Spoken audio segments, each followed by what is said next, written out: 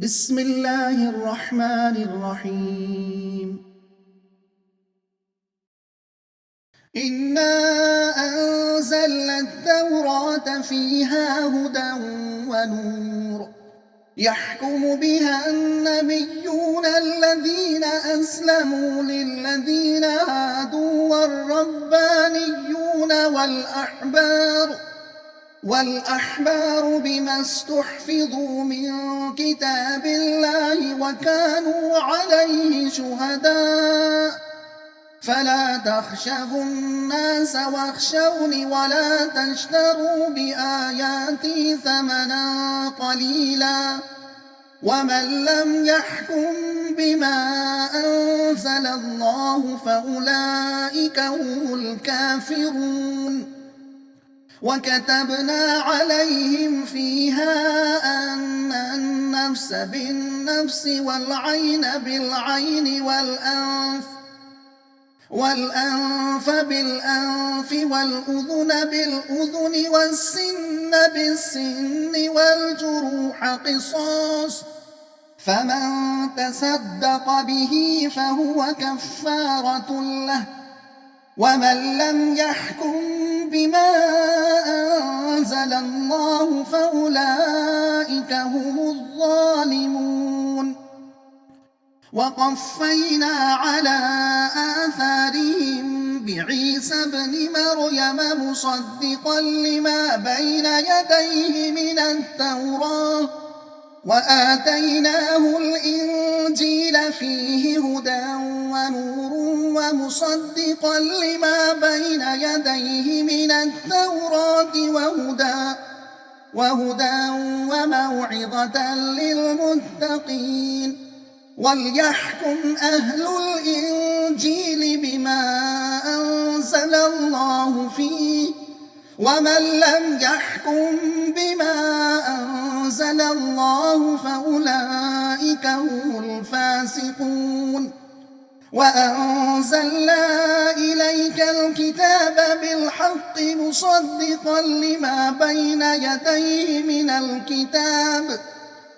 من الكتاب ومهيمنا عليه فاحكم بينهم بما أنزل الله ولا تتبع أهواءهم عما جاءك من الحق لكل جعلنا منكم شرعة ومنهاجا ولو شاء الله لجعلكم أمة واحدة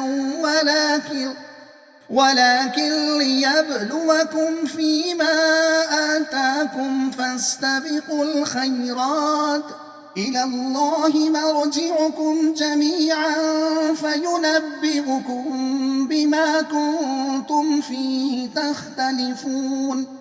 وأن احكم بينهم بما أنزل الله ولا تتبع أهواءهم واحذرهم أن يفتنوك عن بعض ما أنزل الله إليك فإن تولوا فاعلم أنما يريد الله أن يصيبهم ببعض ذنوبهم وإن كثيرا من الناس لفاسقون.